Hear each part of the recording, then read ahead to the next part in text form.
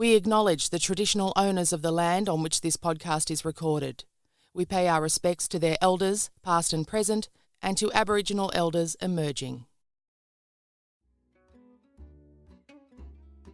Hi friends, Saturday, October 12 is when we will be in Sydney for a live show with Narelle Fraser, and our patrons can buy tickets right now before anyone else and at a reduced price. You still have time to get in on the action before the tickets go on sale to the GP, the general public. Just go to patreon.com/Aust True Crime Pod, that's AUST, True Crime Pod, and take the $2 or $5 a month option. That is US currency, by the way, you need to know that. But you will also get extra episodes for that and other stuff. And thank you to these nice new patrons: Andrew Eastwood, Selena, Josh, that's Josj, isn't that wonderful? Josh, I think, Casey Bowman, Tamara, Linda loves Australian True Crime Podcast the most. That's a funny name. Amber Chase, Katie, Andy Michael, Ella Haynes, Peter Barry, Cassandra, Jeremy Ozols, Tracy Timms, Joanna Steins, or Johanna. Maybe it's Johanna. You just don't know, do you? You never know. Kirsten Chan, Rachel Craig, Renee W., Sarah Wills, Nicole Bolton, and last but not least, okay, my fave, Jamie Kello de Chadban. He says it's his real name. He sent me a message through the Australian True Crime Facebook page saying that he was looking forward to hearing me pronounce it just as I was reading it and imagining pronouncing it and imagining what kind of international man of mystery he might be. This Jamie Kello de Chadban. It's wonderful, isn't it? If I ever have another child or adopt another rescue cat, I shall name it Jamie Kello de Chadban. Okay, on with the show.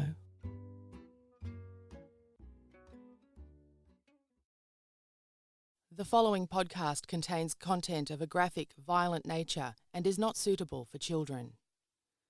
Despite asking all of friends, did they know where she was? 15-year-old girls know better than everyone else, and nobody would tell me where she was.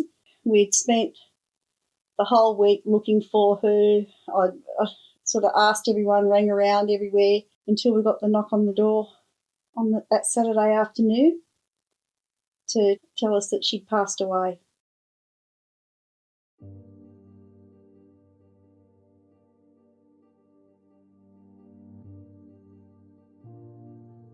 When you hear about a family that lives in a place called Caves Beach and has daughters called Summer and Bree, it conjures up images of something like Home and Away, doesn't it? And it sounds like the Jones family really was living a picture-perfect life of surfing and sunshine. Until 15-year-old Bree did what so many of us did as teenagers. She started experimenting with an older crowd that was into a darker scene. Most of us got away with it and chalked it up to teenage rebellion, but Bree wasn't so lucky. A matter of months after she started hanging out with her new friends, Bree was dead of a methadone overdose in the house of Robert Walker. A married father whose wife was out of town, Walker's young children were present during the impromptu party that took place in their home that night. In fact, it was his daughter's evidence to police that placed Walker in bed with Bree on the night she died, which he had previously denied. This is Australian True Crime with Michelle Laurie and Emily Webb. Come with us as we go beyond the news cycle to find out how people become killers, how people become victims, and what happens next. What is known is that Bree was not a methadone user, because methadone users in Australia are registered with state governments. It's a controlled drug dispensed by chemists. The methadone in question was found by the coroner to have belonged to another partygoer by the name of Paul Crombie. Crombie was subsequently charged with Bree's manslaughter and with supplying her with methadone, but the charges failed at committal. A number of expert witnesses testified that Bree would have shown signs of severe distress as her body dealt with her overdose, and more than one eyewitness testified to the fact that they did indeed realise something was terribly wrong with Bree, but no one called an ambulance until it was far too late. The prosecutor assisting the coroner, Mick Hall, referred to a group of people who were present at the house on the night Bree died as the Pact. He said Robert Walker, Paul Crombie and several of their friends had conspired with each other to hinder the investigation. He called their evidence a web of deceit and lies, and he recommended they all be charged with perjury. Ultimately, Robert Walker was the only one charged with perjury.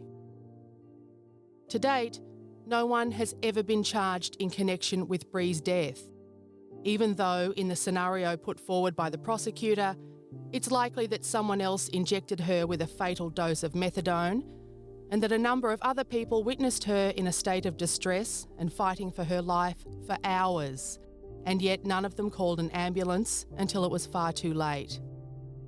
It's likely she was moved so as to hide her from the view of police who visited the house while she was still alive, and there appears to have been attempts made to conceal evidence of her prolonged distress and of sexual assault. Bree would have turned 40 a couple of months ago, and her sister Summer, who runs a Facebook page in her honour, contacted us to see if we'd help tell Bree's story. Of course we were happy to help, but there were a few obstacles. Summer was worried she wouldn't remember enough because she was so young when it all happened. Her mum Marie has always been shy about being interviewed, and her dad Wayne, who's been the public face of the family over the years, has recently undergone intensive cancer treatment that's left him weakened. As you'll hear, they try to joke about it, but it's taken a great emotional toll on Wayne. He says he just cries too easy these days. So what we decided to do was take the interview component out of this episode of Australian True Crime. Basically, Emily and I are nowhere near it. We decided to let Summer and her mum and dad, Marie and Wayne, tell Bree's story. What you're about to hear is the Jones family of Caves Beach talking to each other about Bree, the circumstances under which they lost her, and what it's like to go to court and look at the people who allowed her to die at a party. What it's like to hear them change their stories and to hear the legal people say there's nothing they can do about it. You'll hear a lot of mentions of Jade in this conversation. Jade is Summer and Bree's brother. He pops up a few times, but significantly, Jade suffered kidney failure less than 12 months after Bree died, and he ended up receiving a kidney transplant from his dad, Wayne. So yes, amazing family for many reasons. Without further ado, let's take a seat at the kitchen table in Caves Beach with the Jones family as they reminisce about Bree, who died in 1995. Bree was born on the 11th of May 1979. She was the fourth of our 6 children. We had 5 girls and a boy, and we were a very close family. Bree, from when she was little, was unique, and I was also always so proud of her. This little blonde, curly-haired thing that used to run around. As she got older, she, joined in a lot of things. She was good at sports. She was first trumpet in the school band. She played the last post at the inaugural Vietnam Vets Parade in Civic Park in Newcastle. Really? Yeah. Yeah. We had no trouble with Bree whatsoever until the last couple of months before she passed away. She'd actually run away from home on the Sunday night, and before the Saturday that she was found dead in the house at Caves Beach, she was left home because of misunderstanding. She thought she was going to be in trouble about something, which she wouldn't have copped that much. But anyway, despite asking all of friends, did they know where she was? 15-year-old girls know better than everyone else, and nobody would tell me where she was. We'd spent the whole week looking for her. I sort of asked everyone, rang around everywhere. It was just heartbreaking, when one of your kids goes missing like that. Like I said, we were a close family. Yeah, we did everything trying to find her until we got the knock on the door on that Saturday afternoon to tell us that she'd passed away. And at that stage, we didn't know what had happened because we didn't have a toxicology report and we didn't know the circumstances. We didn't find out the toxicology report really until months later. But, yeah, So with my memories, I remember her being much like Mel.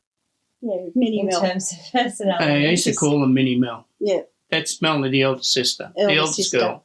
Yeah, they both had mad senses of humour. Everyone loved them because they were always so funny. And, you know, would do anything for a dare and things like that. But, yeah, no, she was really loved, Bree, you know. Just fun personality. Everyone just thought that's, I think, what people remember about her the most, that she was so funny. Mm. Yeah, a lot of the photos we got over the time, you know, just... You, Dad?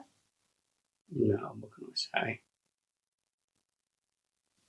Oh, Dad. 24 years later, You and, okay? he's still in tears. Oh. Yeah. I'm just going to go see if he's Pause okay. this. You want to pause this? Or? No, just... That little...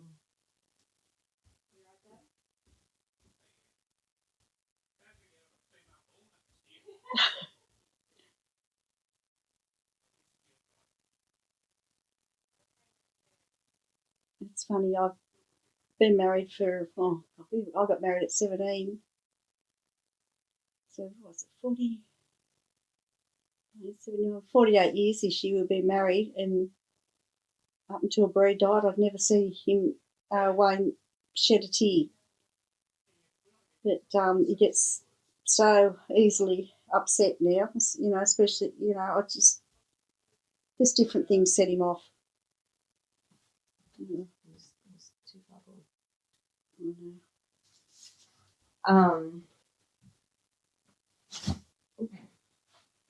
So,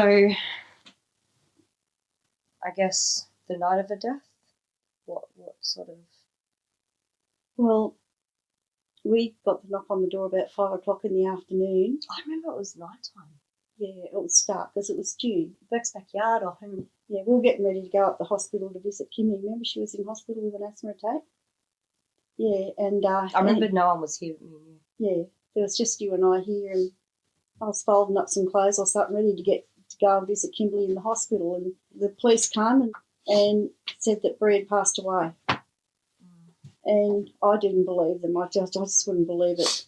I thought, you know, they'd made a mistake, and like I said, it was a while before we knew what had happened. But the day after, the next day, that was on the Saturday afternoon, the 3rd of June, the next morning we had to go to the morgue in Newcastle and identify a body. And my daughter, being a police officer, the eldest one, she said, Mum, be prepared, she's going to look really bad and things like that. But when we actually saw her in at the morgue, she looked beautiful. She just looked beautiful. Apart from the lividity, where you know, that had said, I didn't know what the word lividity was until I saw her in the morgue. But yeah, she just looked beautiful and asleep. Anyway, the police officer there at the time said he was from Sydney and he sees these drug overdoses every day, and that she had a needle mark on her left arm conducive with her injecting with her right. And we knew straight away then that there was something wrong. That's not right. Bree was left-handed.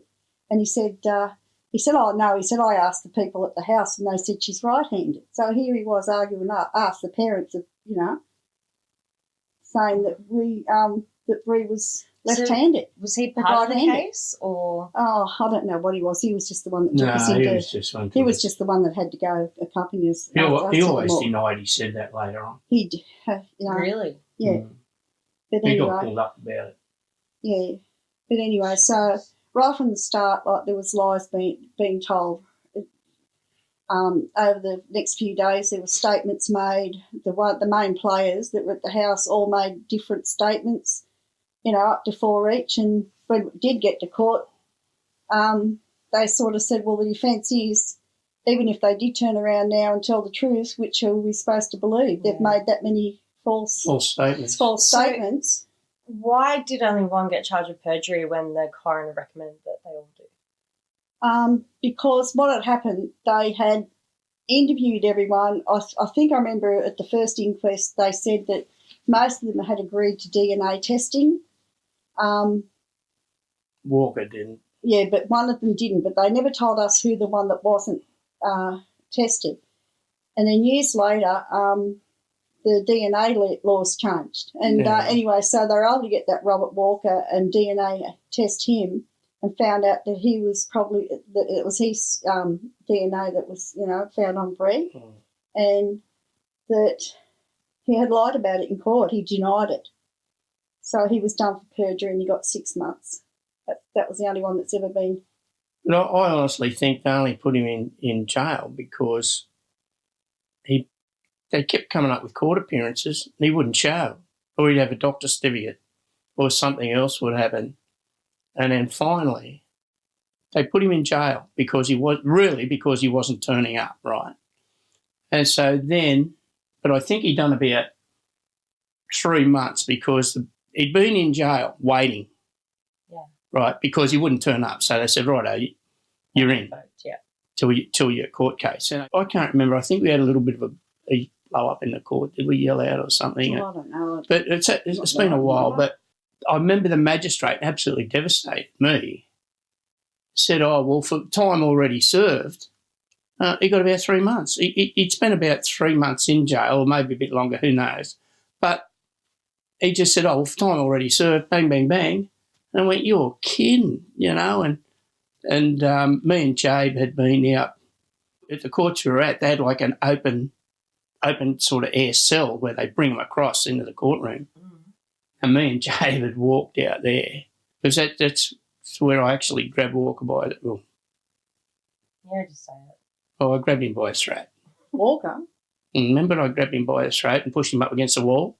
I come out the courtroom and he was smirking, and I just said, you know who I am.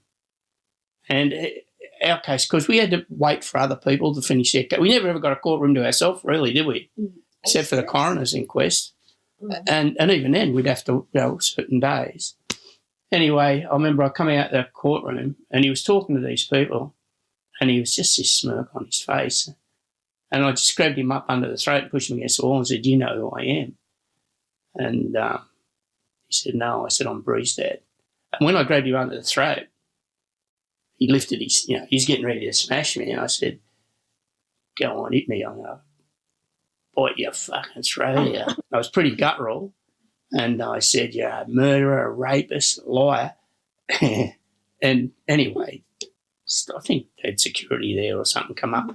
Anyway, I don't either your mother or Naomi give me a little kick in the shins. Wasn't me. As it must have been Naomi. Your mum's a ninja. as you went past. Because I tell you who was there, I think it was Dougie Williams. He ushered me. Dougie Williams was the cop then. And I can tell you, I remember Naomi. And I think either one of you or both of you said, and that goes for me too. And then, I might have done that. And then they had court officers come down to hunt me, and I'm sure it was Dougie Williams, the cop. He's kept them off me, and he took me around. That's when I broke down in tears outside. So the coroner's inquest. The first inquest was in September, 3 months after she died. I thought it was a couple of years, from what I read. And then the next one... No, we had a committal after, too. After the first one, because everything was pointing towards Crombie, and we talked with the DPP. Bree's case was pretty high profile in Newcastle. Very high profile. It was in the paper a fair bit, wasn't it, Ray? Anyway, the DPP decided to run with let's put Paul Crombie up for committal, for murder or manslaughter, or I forget what it was. But because anyway. he was the one on the methadone program. The methadone had to come from him. It was his methadone that killed Bree, so they decided to go for him, and they used the other 4 statements to nail Paul Crombie. But Paul Crombie had the best barrister in town. He had a guy called Paul Rosser who had been head of the DPP in Newcastle. And he jumped across to private practice. And anyway, we had a guy called Greg Fatches. Anyway, when I talked to him the day of the court hearing, I remember saying to Greg Fatches, I said, I don't really think you're going to have much luck here because these people are all saying different things. It's not going to be hard to shoot it to pieces. And he started rambling. He said, I'm really tired. I've been up all night playing video games. They were just sort of the Nintendos and things like that. He's leaning back in his chair with his hands behind his head with his eyes shut. He was knackered. He was up. I got the feeling he hadn't looked at our case until he got there that morning. Look, I might be selling the guy short. But, I reckon I could have got Crombie off on what was put up, and Crombie's never, ever really given any sort of statement. He got up, he never really, when he talks like a high-pitched Donald Duck. Yeah. That's how he talked. He was like that, didn't he? And then and people started laughing in the courtroom, and I think he said, I talk like this, I've got something wrong with me or something like that. Easy too. He was talking weird when I didn't buy the motorboat. I remember his funny voice, and he had, I think he must have had his father's suit on because you could just see the tips of his fingers. Yeah, so, but anyway, what Rosser more or less said was, look, we got all these statements here, none of them, each one of them has made multiple statements, and each statement they make is different from the statement before. Yeah, so it was out the door with him. And at that stage, most of them had left town. Is there any still left around? No. Because they made me, when we sat down with the coroner at the start, Mick Hall took us in to meet the coroner, Col Elliott. He was a lovely fellow, wasn't he, Col? And I actually said to him, do you have a problem if I go around asking these people questions myself? Which I'm glad I did, because I got a little bit more out of most of them than – I didn't threaten them or anything, but I tended to get a bit more out of them than what the cops did. And Col Elliott said, no. He said, you go for your life. And what he done then, he made me what they call part of proceedings. Right? So, and because I was part of the proceedings, anything to do with Bree's case we received.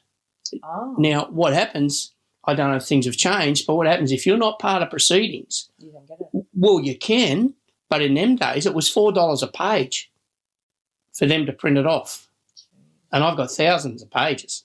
So an interesting fact about Col Elliott, I run into Col, and Col made certain recommendations that they continue with Bree's investigation, which they did. But, the way he worded it was, this with the utmost urgency, don't let this go. Well, they put one detective on it sort of thing. But when I run into Colin in town one day after he'd retired, and we were talking, and I said, Col, in all your years as a coroner, how many of your recommendations have been acted on by the government? And he said in all his coronial inquiries, they've only ever acted on one recommendation. So people are sitting there watching the news and they say, the coroner recommended this. Don't get the idea it's going to be law, because 9 times out of 10 it won't be. When things started to die down a bit and they couldn't really get anyone, the DPP in Newcastle was really good. The different guys you had, Greg Thatcher's maybe not, but Guy Bailey, and there was a couple of others, and they took me to Sydney and they said, look, we're getting heat from Sydney, blah, blah, blah. And they said, it's time to let go. It's time to let go. Anyway, I went down with him. He drove me down, everything was good. And I went in, I saw this guy, a young guy, and he said, look, Mr. Jones, he said, we're putting Bree's file away. He said, it's still active, but, and I lost it a bit, and I said, well, what you're telling me, you're putting it on a shelf, never to be taken down. He said, I'm not saying that. He said, but it's not in the public interest. And so when the DPP, the things you learn, when the DPP says it's not in the public interest, what they really mean is it's getting too expensive or it is too expensive to keep chasing. And I had a fair spit at this fella. And I remember I jumped up and I had a briefcase and I can't remember, it was on my lap on the table, and you wouldn't believe it. A photo of Bree come out in front of us. And I said, well, don't tell me you're packing it in, tell her, you know. And they come close to getting sick. I wasn't happy, I can tell you. Anyway, I stormed out of the building. And the guy, I'm sure his name was Bailey, the fella that took me down, and he was really good, you know, but that's the way it works, son. So you mentioned something about still there was Operation Lorelei or something. Yeah, apparently That was called Operation Lorelei. When they brought in that eagle net or something, and they told us, like, Bree's case will always sort of stay open, and every time that one of the ones that they, you know, were suspects sort of thing, every time they even got a parking ticket or something, they said, "I'll go on this thing." You know how they cross match everything? Yeah. But Lorelei was the name of Bree's case. It was Operation Lorelei. Operation Lorelei, yeah. But see, even that, when I know when one of the detectives went looking for stuff on Bree's case, it turned out they ended up finding it in a back storeroom at Cardiff Police Station. Oh, they said they don't even know how it got there. We met a lot of people through what happened to Bree that have been in not so much similar, but situations where they've had to go to the courts and not one of them has been happy with their results. And people on the TV are still saying the same thing. We didn't get justice today, you know. After the break, Wayne talks about something called the White Knight Syndrome. Coming up on Australian True Crime, Marie and Wayne talk about another terrible case they ended up strangely involved with. But first, Marie goes through the agonising details she's pieced together over the years of the last night of Bree's life. From what we can gather, the next door neighbours reckon they heard on the Friday night, after they'd all been to the pub, they come back to the house. I don't know what happened after that, but the neighbours next door remember hearing a girl giggling, which I assumed was Bree, about 1:30 in the morning, I think they said.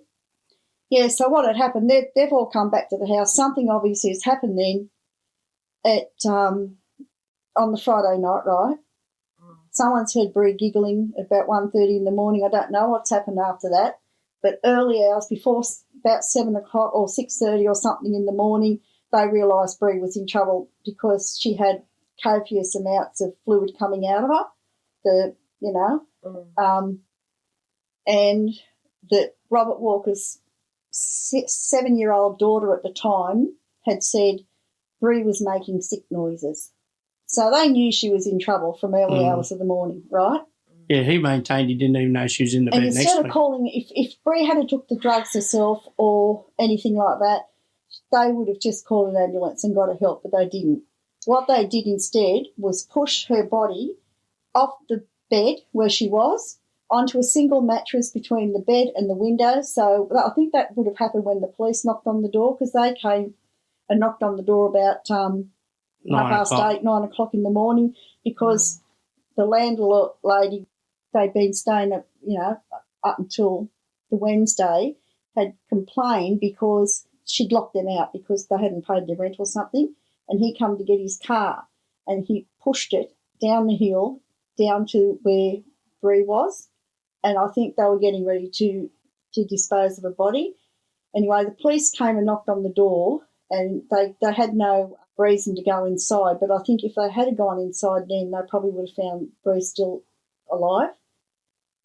But anyway, after the police left, they got all heaps of washing. Robert Walker called a cab, went down to his sister-in-law's house and took heaps of washing down in the cab. They all sort of took off from the house. You found that out, though, didn't you? Yeah, your father found that out. You and us. Taxi drivers. Yeah, there wasn't too many people I didn't go and ask things. With Bree was just an adventurous young girl that got mixed up with adults, with older people. He got mixed up with the older people, and she couldn't control them. She couldn't control the game. The game overtook her, and I've got to tell you, Senior. What one?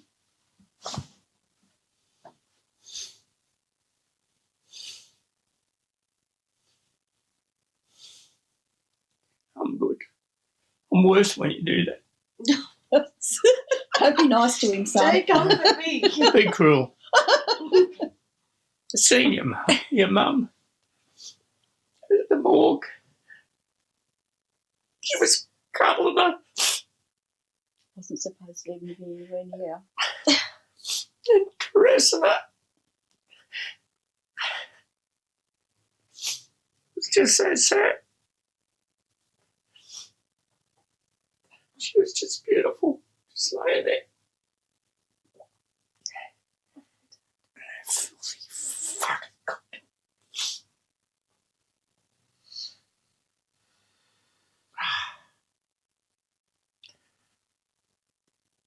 Yeah.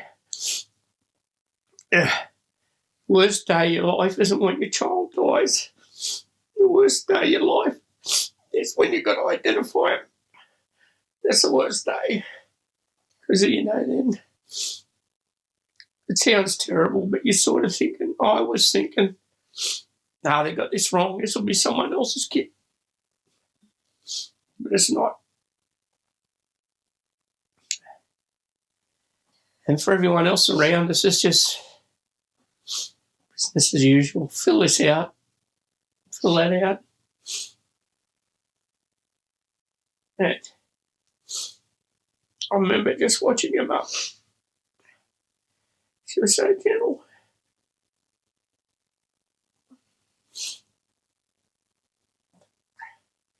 Anyway, that'll do me for now. I'm sorry. Dad, don't be sorry. I told you I cry easy these days. Yeah, you can blame it on cancer, it's fine. Go watch your footy. I can't wait to get my canastas back. Hey, that mouth.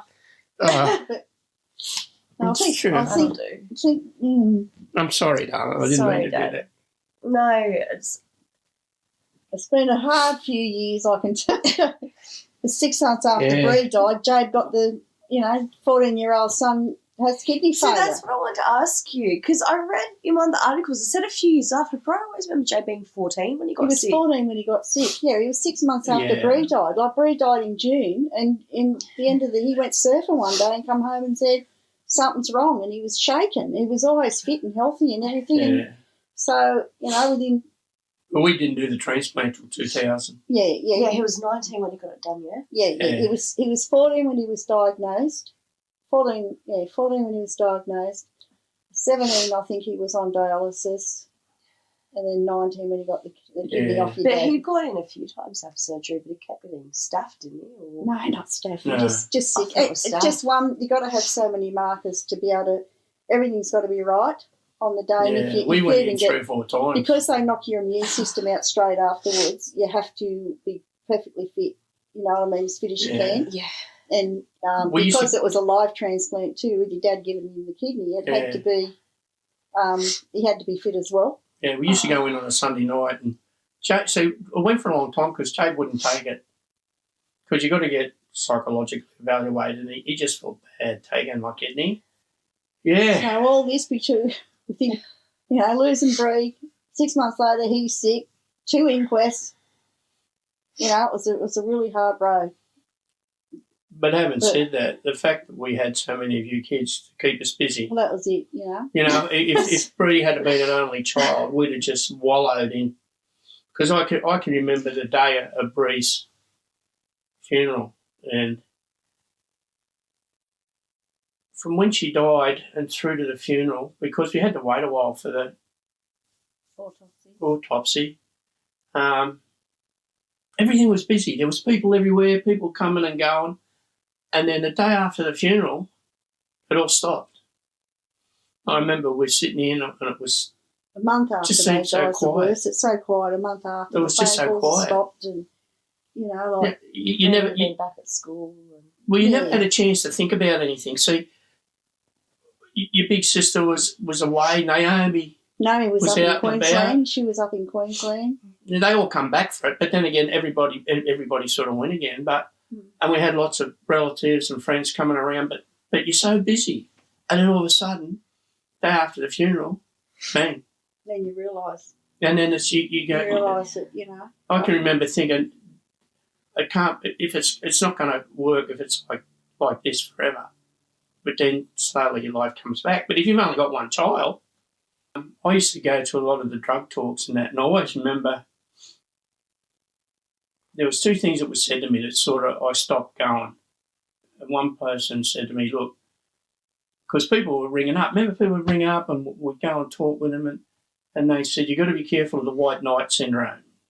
And I said, well, what's that? And they said, well, people will ring you up and this and that, and you go and help them. And you're doing you're doing stuff for everyone else all the time.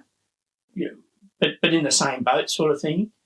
Because I went to the court case for that young the young girl. Same thing. know. She was a 15-year-old girl that was found dead in the toilets over, I think, Mum on Point. Anyway, same thing. Tied up with an older. Got tied up with a couple of older guys. Yeah. But at the end of the day, what happened was you had two older guys, right? You had a stable of these young girls. You used to get them thieving and that for him. Anyway. Are you serious? No, yeah, I am serious because we talked to one of their mothers. Remember we went up? Yeah, don't mention her name. And she died at a house. He went and put her in a public toilet. Yuck. Went and left her Tell in me he went to prison. And there was a story about how he was arranged for already in someone to prison. have sex with a dead body too. But what happened was, his story was, it wasn't me that put the needle in her arm, it was this bloke. And the other bloke said, it wasn't me to put the needle in her arm, it was this bloke. So, of course, where you would think, righto, you're both going in the boob, they can't prove which one done it. So both of them are getting off. The other bloke got off completely, I'm sure, and got done for interfering with a corpse. Which is a 15-year-old That's girl. what I mean, what? She was a child. How do you do this? That case was like something out of a horror movie. But at the end of it, here's this 15-year-old girl. She's been with two guys, older guys, a lot older, in their company. One says he put the needle in her arm. The other one says, no, it was him. Game over. They both get off. One gets off completely. The other one gets off with interfering with a corpse in the fact that he moved the girl from the house to the public toilet because he didn't want to be caught with her in his... And all that happened is people had seen his car and that with the number plate. That's the only reason he got caught. He would have left that kid there, didn't give a shit about it. He was a shocker.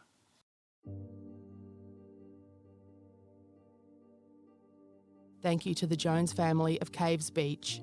If you'd like to show your support for them and pay your respects to Bree Jones, you can visit the Facebook page Summer Runs in memory of her sister, the Bree Jones Memorial page. There's a link in our show notes and on our Facebook page. Thank you for downloading this episode of Australian True Crime.